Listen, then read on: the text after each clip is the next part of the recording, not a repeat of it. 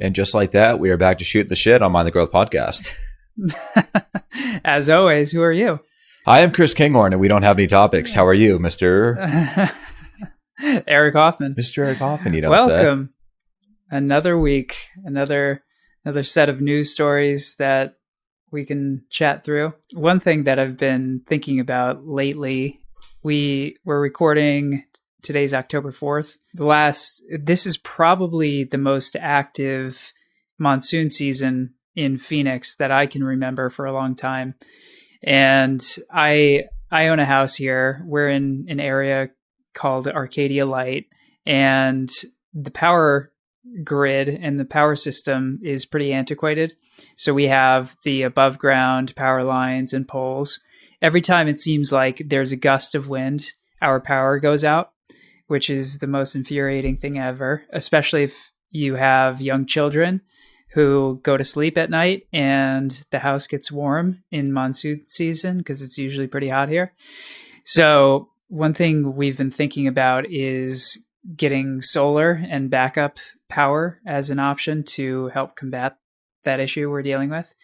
So I've been getting these quotes from different solar companies, and it seems like the biggest scam in the world to me. Every single one of them, in order to even quote you, what they ask for is for you to send them your last utility bill or your average power consumption or how much you spend monthly. And what I'm guessing that every single one of them does is they try to figure out a way that you can pay roughly the same or a little bit less per month than what you're paying on average now, but lock you into a 20 to 40 year contract where you're paying off a bulk solar installation. So far, I've been getting quotes between a total of about $50,000 to get solar installed to about $120,000 to get solar installed. Same house, pretty much the same structure with minor detail differences, because some people use like a Tesla Powerwall as a backup battery. Some people use an LG version that's the same idea. But in general, I cannot seem to understand how these costs vary so much and what the actual cost of solar is or is supposed to be. I thought that was interesting and a good topic to jump off on. What are your thoughts? So it's the exact same package, or in theory, I mean, apples to apples ideally, in a sense, between the $50,000 one and the $120,000 one. That doesn't make sense to me. Yeah. That in my head is, unless it's, they call it a G-Shock versus a Rolex. That's a Mind the Growth reference at that point. But yeah, it doesn't make any sense. And one thing that I've noticed some of the groups do is you get a federal tax rebate and a state tax rebate when you get solar installed. And for these systems, they amount to roughly anywhere from like 20 to 30 grand total on the bill to take off. Some of the companies, what they do is they put together a payment plan where it looks like you're paying much less than you would normally pay. So for instance, let's just say for argument's sake, my average utility bill is $300 a month. Mm-hmm. So I would get quoted, let's say $210 per month for this solar system to buy. But not only is it just for the first 24 months, so that's the price I'd pay for the first 2 years, but after that, they're basically telling me that we expect that you take those $30,000 in rebates and roll it into the remaining balance of what you owe, and then you'll only pay $260 a month for the next 5 years. And then after that, you'll pay $500 a month for the next 20 years. That sort of scheme where it looks very cheap up front, but if you stay in the house for a long time, you're kind of screwed. So with the tax rebate, is it, so you said state and federal? Yeah. Is it a meaningful amount, or it sounds like if you said $30,000 and roll that into paying off the note for the solar, if you don't pay off the solar. Here. This is what I'm going to do. Because I'm like, okay, how could we do some arbitrage on this? If we take that $30,000 and if we invest it into, we can figure out how to pay these things off pretty quick. So I'm going to choose a random address. Okay. Let's just say. Do Brandon's old address. Do you have one? Hang on. I'll do my old address. Okay, perfect. Let's just say $250 a month on average for my utility bill. Okay. So you can see here, this is through Tesla, by the way. So they're basically saying that for this house, they recommend this amount of power. So this is solar panels. And that cost alone is $39,144. The 2 Tesla batteries, so the backup power, is $20,500. They give a $2,000 discount for whatever that is.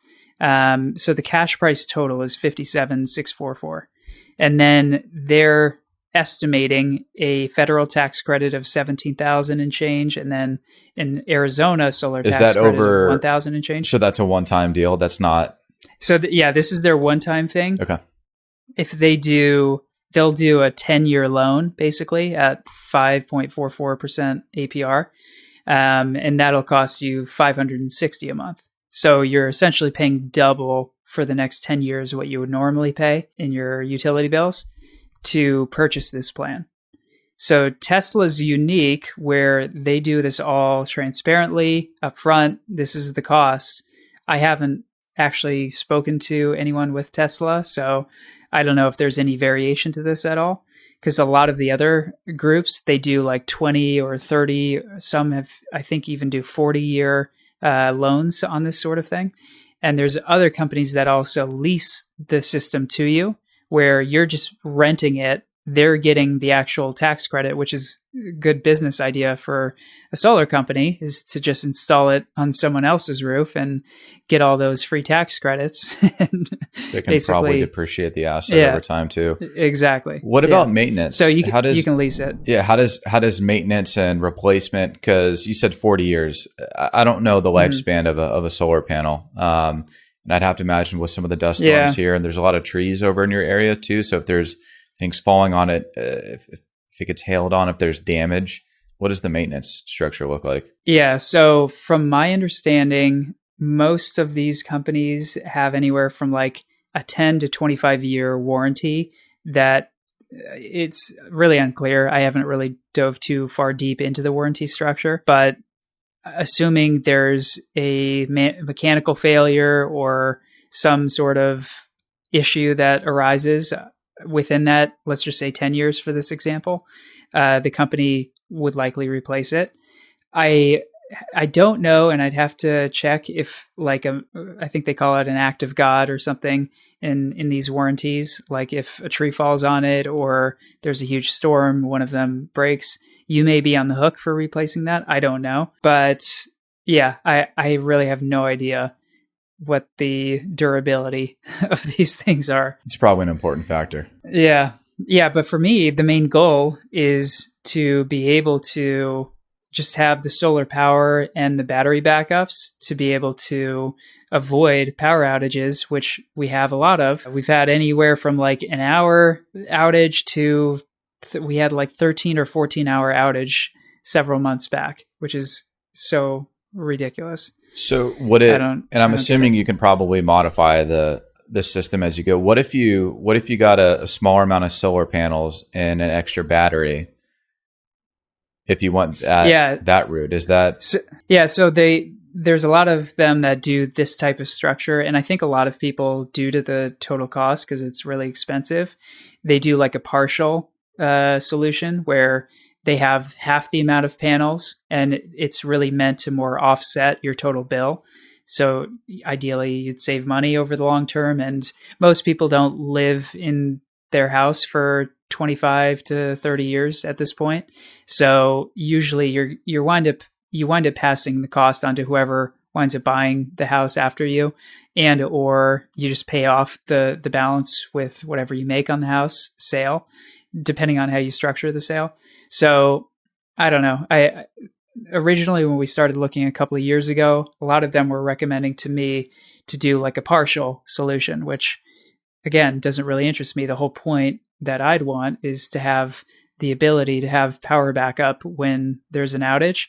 And so to your point, adding another battery is useless in a sense if you have less panels, because you can't store, you can only store a finite amount of energy in each of those batteries.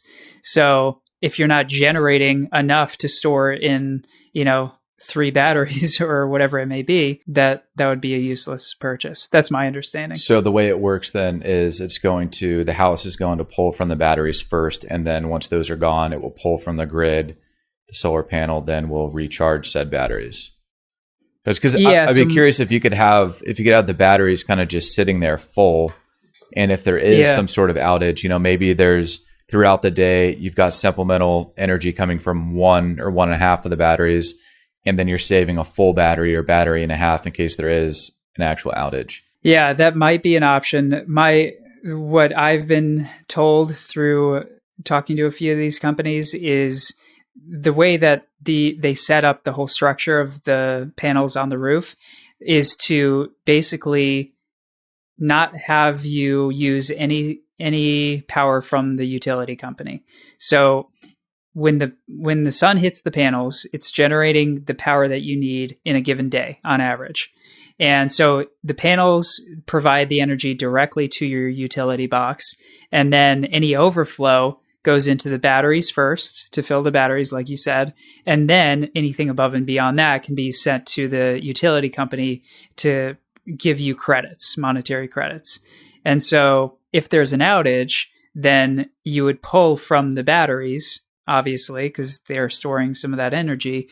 And you would usually only power a couple of things. Most in our case, we'd be powering the AC unit because it's going to be in the summer usually. And maybe the refrigerator and freezer so food doesn't spoil if there's a long outage, stuff like that. And maybe a few light fixtures. So from that perspective, I don't know if there's much flexibility in, modifying that. So I don't know the answer. Well, once you figure out your solar panel solution, then we got to start working on your Wi-Fi solution as well. Those kind of go hand in hand, but yeah, maybe that'll be one of the utilities that will keep up and going. We'll see. Move to Arcadia, they said. Yeah, ridiculous. So that's my solar rant for the day. What else is going on in the news? Well, we had a rally in the market the last few days. Yeah. Biggest S&P gain in the last 2 days since 2020, I think. Mm-hmm. And total stock market, VTI total stock market index for Vanguard was at 3.8% plus or minus, so just shy of 4%. Yeah. So is the last increase of interest rates was 0.75, so a quarter of a point, 3/4 of a point. I was pretty confident that we had the conversation when that happened. Everything dipped down. I thought we were priced in. Now seeing it go back up a little bit, I'm pretty confident that we were priced in at that point. What happens if we get another 0.75? Are we going to start tapering to 0.5 to half a point? I'm curious to see CPI come out here. What is it? Not next week, the week after. It should be the 15th or 17th, something along those lines. Yeah. Who knows? I've never really understood the whole priced in theory because I just am not smart enough to know how to price these things in or know what to expect. But there's also another newsworthy item that's come out this week about Credit Suisse and Deutsche Bank. Have you seen the hoopla on this? I've been so looped into our company the last week. I have not. I've had my blinders on. I've just been head down working. So you gotta fill me in. So yeah, I'm also not smart enough to know what's actually going on internally, but apparently Credit Suisse, which is Switzerland's largest bank, and Deutsche Bank, Germany's largest bank, are on the verge of defaulting and having a lot of liquidity events. Similar, people are saying, to the Lehman Brothers moment in 2008 when Lehman Brothers collapsed. So there's a high volume of credit default swaps for both banks that are being reported on their books. And that's having a lot of people point to the risk of implosion, essentially. So there's been a lot of people in Europe that have been calling on the Fed in the United States to slow down on the interest rate hikes because that is causing a lot of this pressure on their systems, supposedly. Because the interest rate hikes, people are going to default on loans, and that's what the risk of credit default swaps is. That's what happened with the mortgage debacle in 2008. Everyone was underwater, and the banks and the people, betting on these mortgage-backed securities lost their shirts because people couldn't pay their mortgages. So that'll be another interesting data point to watch, is whether or not the Fed responds at all to world politics and other large banks that are having a difficult time right now. So I thought that was an interesting thing. You should look into that. Anytime I hear credit default swap, I just think of The Big Short, and I think of when they're at lunch and he's talking about CDOs, and then he's then talking about synthetic CDOs, and then synthetic, and he just has this most disgusted look on his face. But it's scary because we're the economy it's not just the United States that's going to be affected by any sort of crash that happens by a major country. It's not going to be just them that's affected. It's going to be us as well too, and then vice versa. Us continuing to push rates, it's inevitable. So hopefully Papa Powell starts listening to the global ecosystem and doesn't. We can't print paper like we used to, but we can't really just continue to do 0.75 basis point hikes. It's getting crazy. Or we could do what you suggested. Let's go up 3 points at once, or a point and a half. Just run the plane into the mountain. We're not worried about nuclear bombs from Russia at that point. It's just yeah, that's exactly right. Yeah, and speaking of interesting news stories, I just saw a few hours ago that Elon Musk apparently agreed to buy Twitter at his original bid. So it seems like Twitter has won the legal battle in this case, and his attorneys are compelling him to not renege on the deal. So that'll be an interesting turn of events, and I'm curious to see how and when that'll wind up closing. So what was another kind of building on that? There was the SEC isn't involved, are they? There was a handful of. I don't think so. Yeah, there's a handful of text messages that had to be recovered to and from Elon, essentially, and in the discovery. Yeah, and it has to do. All these conversations are focused around the acquisition of Twitter, and anybody from David Sachs was in there.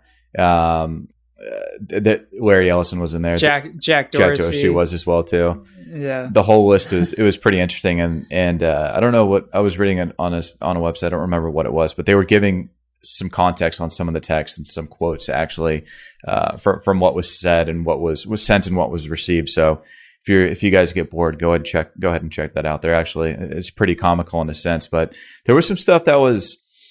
It just tells you how much goes on behind the scenes before stuff actually goes public. Elon's been talking to people for quite some time about this. He knew what he was doing. I feel like he ultimately knew he would be able to get it at the original price.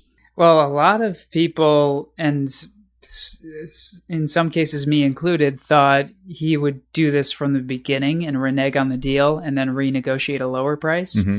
And it seemed like he was trying to push that with the whole claim of there being a higher percentage of bots on the platform, which I don't know where we stand on that.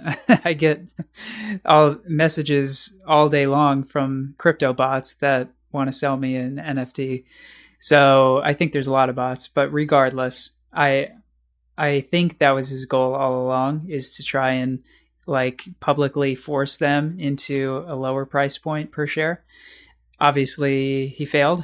So that's that, but we'll see how that plays out. One of my favorite one of my favorite text messages that came out was him and the new Twitter CEO, Parag Agrawal, I think is his name. Oh, I didn't see that one. It was really good. So the CEO was basically telling Elon to knock it off with all of his tweets disparaging Twitter, because he's trying to quote unquote do his job and clean up the business in a sense. And then Elon's first response to that was, "What did you get done this week?" ? And he didn't even answer the CEO. It was just like the perfect burn on the CEO of Twitter, who's probably not doing much work to begin with. No. So, okay. What I would love to see is, so before Twitch was a thing, Justin Kan was the founder of Twitch, and his original idea was called Justin TV, and him and his buddies basically, he strapped a camera on himself and just 24/7 was recording himself. I wish we could see that with Elon, and then just have a little bit more context. If he could just tell us what's going through his head, just like a day or two, just really see what's going on inside the life and the mind of Elon. Yeah, interesting anecdote about Justin TV. The only way I found out about that was it became pretty big in 2010 when I was studying abroad in Barcelona. Oh, okay. And when you're studying abroad, or if you're in Europe in particular, in order to at that time like stream content or movies or television shows or whatever, there were these aggregator sites, and that's what Justin TV was kind of pivoting into at the time, was hosting these streams of like illegal content, not anything bad. I'm sure there were bad things on there, but I was trying to watch movies and stuff, and people were there for completely other reasons. Eric's like, I just want to watch a movie. I'm trying to back out of that statement a little bit, but yeah, there was Justin TV, and I think there's do you remember that guy Kim.com? Have you heard of him? No, I don't, or I haven't. He's this like huge white big fat guy from New Zealand who started Monster TV, I think it was. What was the name of that? Monster TV, Kim. No, Mega Upload.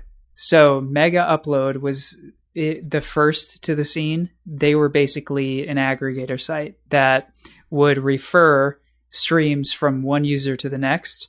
And so that's what a lot of people, kind of like Kazaa and BearShare and those music streaming services back in the day, and Napster, they did that with video content. So Mega Upload was the big one, and then Justin TV kind of pivoted to do the same thing. So kind of a roundabout story, but I would use Justin TV for that reason when I was in Europe. And then a few years later, they pivoted to gaming, streaming, turned into Twitch, sold for, I think, $1 billion to Amazon. Yeah, it was just under $1 billion. Yep. Yeah. And then he was at Y Combinator. He was for a little bit. I think he's doing angel investing and a handful of other things now. I used to follow his YouTube channel. He's an interesting guy. Yeah, he got real spiritual in the last few years. Yeah, I saw he's at Burning Man. Yep. Good for him. All right, what else you got? Anything? I am no value today. So this was the you are now signing off of the Eric Hoffman Show. Thank you for listening. All right, glad to lift the load here. To all the listeners, I promise you I will provide a lot more value next episode. If you haven't, subscribe, like, share, comment. Let us know how much you have spent on solar. Sounds good. Catch you later. All right, cheers.